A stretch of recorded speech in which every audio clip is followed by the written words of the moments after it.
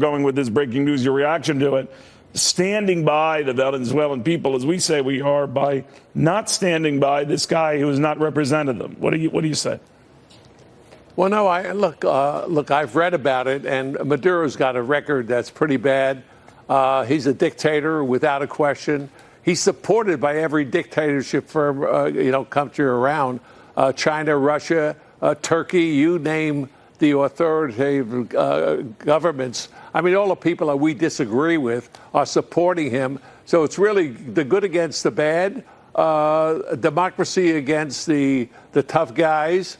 And we're going to see who's going to win. This is going to be a tough battle. No, this I think you're right. Very tough. You know, it's interesting. If you follow the saga, and you know it well, of that region, and particularly what happened to Venezuela, it had so many riches. It was so rich in oil on a per capita basis for a while in the 80s, among the richest countries on that basis on earth. And they squandered through it all on a government that assured cradle-to-grave assurances that began with Hugo Chavez and ended with this bedlam that we have now. Well, what a great example for the American people to look at what's happening in America today. You know, Cuba is the perfect example of socialism gone wrong. They exported it to Argentina. They took a great country. They put it right down the drain in every way possible. People are starving to death. Medical is not available for them. And we have a group of people in Washington today, new representatives especially, that look at socialism as the way to go. And if you don't think that's dangerous, Neil, I do. I think it's a very, very severe danger. So you're talking about people like Congresswoman Cortez, who's talking about a top rate of 70%, and others who've been advocating that the super rich pay a percentage of their wealth to the government. Elizabeth Warren is leading that charge. But it does seem to be a common theme among prominent Democrats. That worries you. Yeah, well, let me tell you, it comes right out of the universities. You see students graduating today, and a very high percentage of the students. And by the way, this is a fact. They did a survey of it. Almost 50% of students coming out of university today believe that socialism is the answer. That's frightening to me, because the things that made this country great, that created the wealth for this country, and I mean the wealth for every single person right down the line, the best medical care in the world, the best housing in the world. That's why people want to come here, is because of the system, and that's the free enterprise system. And you have the universities teaching these people socialism. You have Bernie Sanders out there. You have Elizabeth Warren.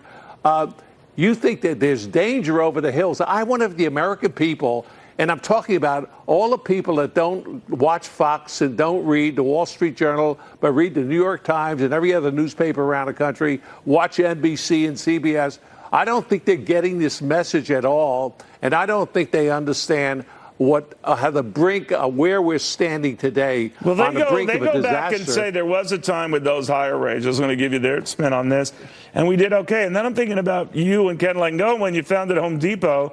We had those 70% plus top rates. We had much higher taxes, and you guys started Home Depot in a pretty iffy economic environment. So they might come back and listen to you and say, well, he did just fine under that system.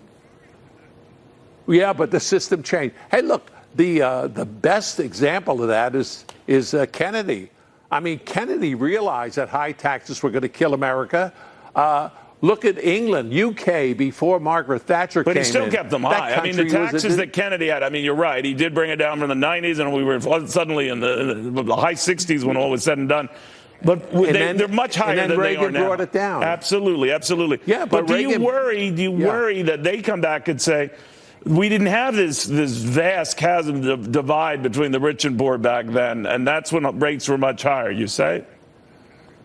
No, I think, number one, they don't look at history. I think they have no clue of what history has shown, because if they look at history, they'll see it doesn't work. And by the way, we're part of history today.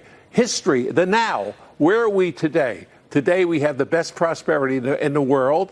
We have the lowest unemployment in the world. We have more people working than ever before. Job Creators Network has helped get a tax cut that's all the way down for small businesses. Unemployment for blacks and Hispanics is at the lowest level ever in the history of this country.